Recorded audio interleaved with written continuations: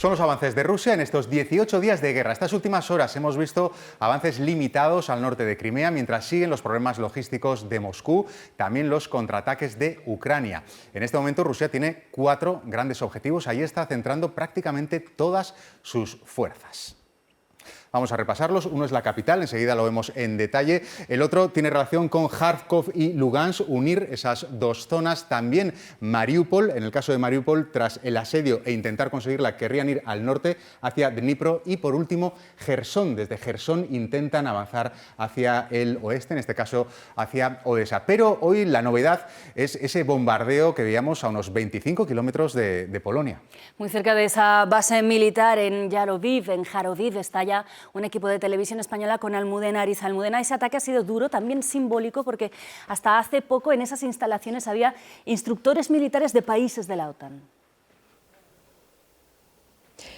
Sí, es una base de un centro de entrenamiento militar, uno de los más importantes de este país, con capacidad para 1.800 personas, donde había entrenadores o instructores extranjeros, europeos y estadounidenses. El ataque ha tenido lugar esta madrugada con 30 misiles de medio y largo alcance lanzados desde una base rusa. Como decíais, ha habido al menos 35 muertos y decenas de heridos. Muchos de ellos se encuentran en este hospital, junto al que estamos, heridos de diversa consideración. Así es que el número de víctimas mortales podría aumentar en las próximas horas. También, como estamos comentando, esta base militar se encuentra a tan solo 25 kilómetros de la frontera con Polonia, país de la Unión Europea, país de la OTAN. Por tanto, es un ataque muy desafiante. Dicen aquí las autoridades locales que Putin está queriendo demostrar que ya no hay un lugar seguro en este país. Además, esta mañana han continuado los bombardeos en otras ciudades de Ucrania y recordemos, la situación sigue siendo desesperante en Mariupol, una ciudad que sigue asediada y devastada. Los bomberos intentan apagar el fuego de un edificio bombardeado en Chernigov, al norte de Kiev. Rescatan a los supervivientes en medio de un paisaje de completa destrucción.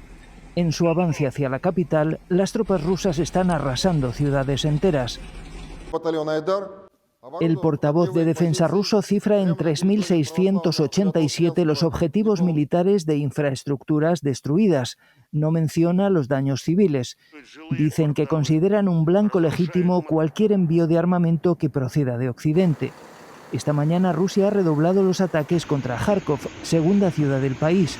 También ha sufrido intensos bombardeos en las últimas horas Mykolaiv, la ciudad portuaria que, si es conquistada, abrirá el paso hacia Odesa.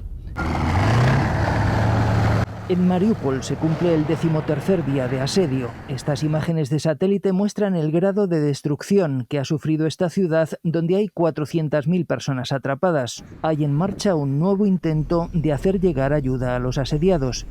En el resto de Ucrania, los corredores humanitarios han servido para evacuar hasta el momento a unas 125.000 personas, según el presidente Zelensky.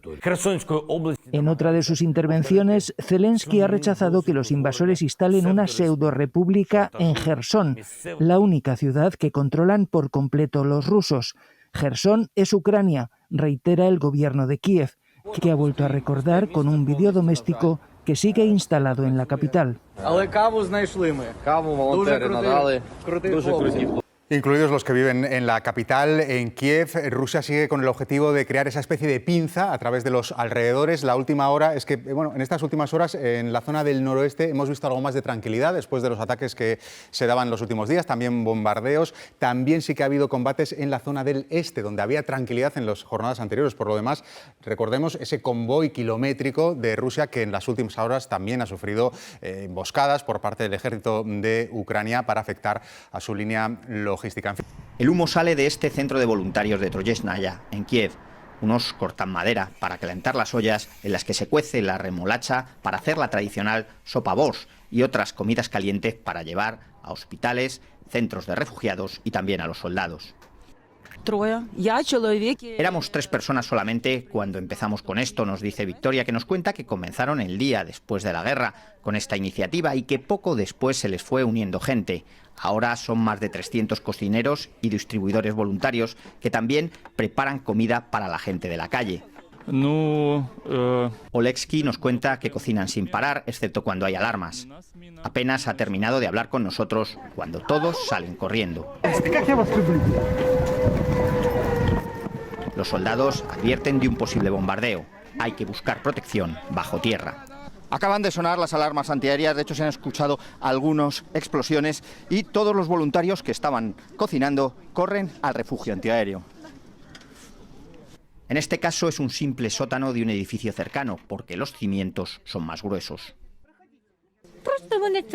Solo pido que ellos, los rusos, pasen por lo que pasamos nosotros cada vez que hay una alarma, dice esta mujer, que asegura que, a pesar de todo, no tienen miedo porque está convencida de que van a ganar la guerra. Y en cada decisión rusa está la voz de Vladimir Putin, que ha sabido rodearse de un círculo cada vez más cerrado de leales. Son antiguos compañeros, algunos de sus tiempos del KGB. Todos le deben su sitio y comparten cierta nostalgia por los tiempos de la Unión Soviética. Cuando te miran así, rechinan los dedos sobre la mesa y te repreguntan la lección.